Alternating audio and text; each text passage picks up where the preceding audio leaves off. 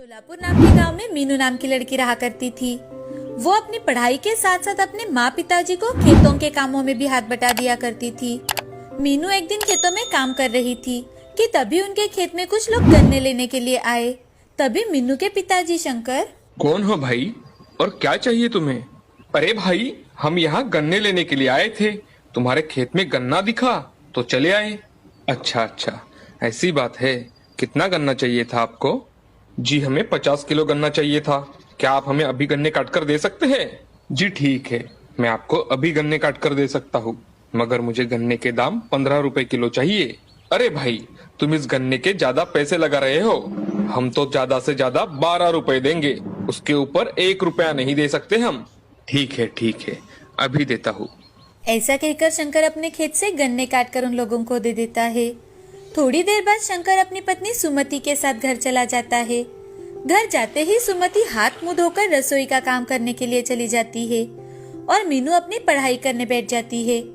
तभी शंकर सुमति से, अरे भगवान, जो मैंने तुम्हें पैसे दिए थे वो अलमारी में ठीक से रख तो दिए है ना? नहीं जी, मैंने तो वो भगवान के सामने रख दिए हैं, बाद में अलमारी में रखूंगी। आपको नहीं लगता कि उन्होंने हमसे बहुत ही कम दामों में गन्ना खरीदा? अरे भाग्यवान, वो तो मुझे भी पता है कि उन्होंने कम दाम लगाया, मगर घर आए लक्ष्मी को हम कैसे ठुकराते, इसलिए मैंने उन्हें गन्ने दे दिए। आपकी ये बात सही है। चलो मैं खाना बनाती हूँ। उन दोनों की बातें मीनू सुन रही थी। मीनू अपने पिताजी से, पिताजी, क्या हमारे खेत का गन्ना इतना सस्ता बिकता है? अरे नहीं बिटिया, वो तो बहुत अच्छे दामों में बेचे जा सकते हैं। गन्ने को शहर में बहुत अच्छा दाम मिलता है, मगर गन्ने को शहर में कौन लेकर जाएगा, वो एक बहुत बड़ी समस्या है। पिताजी, ठेले पर तो गन्ने का जूस बहुत महंगा होता है, 20 रुपए तो होता ही होता है। बिटिया, तुम्हारी सारी बातें सही है, मगर हम कुछ नहीं कर सकते। शहर में लेकर जाने के लिए खर्चा भी तो आएगा। हम गरीब किसानों को वही दाम पड़ता है। मीनू अपने पिताजी की बातें सुन चुप हो जाती है। मीनू रात भर अपने पिताजी की बातें सोचती रहती है। सुबह उठकर मीनू अपने काम करके कॉलेज चली जाती है। कॉलेज पहुंचने पर उसे थकान महसूस होने लगती है और उसी कारण वो सोचती है कि आज तो मुझे गर्मी के कारण बहुत ही थकान महसूस हो रही है। अगर मुझे यहाँ जल्दी से फ्रूट जूस मिल जाए तो कितना अच्छा हो जाएगा, इंस्टेंट एनर्जी मिल जाएगी। ऐसा सोचकर मीनू अपने कॉलेज चली जाती है। कॉलेज छूटने के बाद वो घर आ जाती है। कुछ दिन ऐसे ही बीत जाते हैं। शंकर के घर के हालात बहुत ही खराब हो जाते हैं। उसमें मीनू की कॉलेज की फीस भी आ जाने की वजह से शंकर और मालती टेंशन में आ जाते हैं। तभी ये सब देखकर मीनू अपने पिताजी से, पिताजी, मैं कुछ दिनों से सोच रही थी कि क्यों ना हम कॉलेज के सामने एक ठेला लगाकर गन्ने का जूस बेचे। वहाँ आसपास कोई भी ठेले वाला नहीं है और कॉलेज करके मैं आपका हाथ बटाने आ जाया करूंगी। मीनू की बातें सुन शंकर और मालती सोच में पड़ जाते हैं। थोड़ा सोचने के बाद मालती शंकर से, मैं सोच रही हूँ कि हमारी मीनू सही कह रही है। मुझे उसका निर्णय अच्छा लगा। उसके साथ आप रहेंगे तो हमें चिंता की कोई बात भी नहीं रहेगी। अच्छा ठीक है, मगर गन्ने का जूस निकालने के लिए हमें मशीन भी तो लगेगी ना?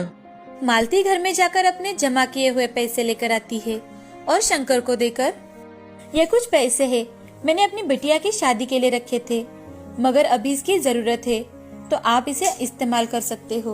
अगले दिन वो पैसे लेकर शंकर बाजार चला जाता है और एक गन्ने का जूस निकालने वाली मशीन खरीद कर लाता है और स्कूल के सामने एक ठेला लगा देता है।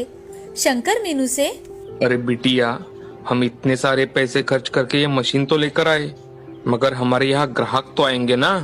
क्यों नहीं आएंगे पिताजी, हमारा गन्ना अच्छा है, इसीलिए हमारे गन्ने का रस भी ताजा और बहुत गुणकारी रहेगा, इसीलिए ग्राहक बार बार हमारे यहाँ जरूर आएंगे। तुम्हारी बातें सुनकर तो मुझे सच में लग रहा है कि हमारा गन्ने का जूस पीने बहुत सारे लोग आएंगे। दूसरे दिन शंकर और मीनू जल्दी ही ठेले पर चले जाते हैं। सुबह उनके ठेले पर कोई नहीं आता, मगर जैसे जैसे दोपहर होने शुरू हो जाती है वैसे वैसे मीनू के ठेले पर लोग आना शुरू हो जाते हैं। एक बूढ़ा आदमी शंकर से, अरे भाई, एक गिलास गन्ने का जूस तो दो, बहुत थकावट लग रही है। अभी देता हूँ दादाजी, आप बैठिए। हाँ, मैं अभी बैठ जाता हूँ। ऐसा कहकर शंकर गन्ने का रस निकालना शुरू कर देता है कुछ मिनटों में ही गन्ने का जूस तैयार हो जाता है। तभी शंकर एक ग्लास में जूस डालकर वो बूढ़े आदमी को दे देता है। बूढ़ा आदमी गन्ने का जूस पीने के बाद बहुत खुश हो जाता है और बूढ़ा आदमी शंकर से, अरे भाई, तुम्हारा गन्ने का जूस तो बहुत स्वादिष्ट है। मैंने इतना अच्छा जूस आज तक नहीं पिया। ये बहुत लाजवाब है। धन्यवाद बाबा। बूढ़ा आदमी अपना जूस पीकर वहाँ से चला जाता है। तभी दो नौजवान भी उनके यहाँ आकर जूस पीकर चले जाते हैं। ये देख मीनू और शंकर बहुत खुश हो जाते हैं। मीनू अपने पिताजी से, पिताजी, मैंने आपसे कहा था ना कि हमारे यहाँ ग्राहक आएंगे। ये तो शुरुआत है, आगे तो बहुत ग्राहक आएंगे। हाँ बेटी, भगवान करे तुम जैसा कह रही हो वैसा ही हो। ऐसे ही दिन प्रतिदिन मीनू के ठेले पर ग्राहक भीड़ करने लगे। ग्राहकों को उनके गन्ने का जूस बहुत ही अच्छा लगता था और उसी वजह से उनके ग्राहक आना बढ़ गए थे। कुछ ही दिनों में शंकर ने मीनू के कॉलेज की फीस भी भर दी और अपने खेतों के साथ ठेले का काम भी संभाल लिया। शंकर की पत्नी मालती भी उनके साथ काम करने लगी थी। अब मीनू और शंकर की कड़ी मेहनत रंग दिखाने लगी थी। शंकर ने उसी जगह को खरीदकर उस पर अपना खुद का दुकान बनाया और अपना गन्ने का जूस बेचने लगा। मीनू की कड़ी मेहनत और दृढ़ निश्चय के बलबूते पर आज उसने अपनी कल्पना को साकार किया था। तो दोस्तों, इस कहानी से हमें ये सीख मिलती है कि जिंदगी में हार मिले या जीत, हमें कोशिश करना छोड़ना नहीं चाहिए। वो कहते हैं ना, कोशिश करने वालों की कभी हार नहीं होती।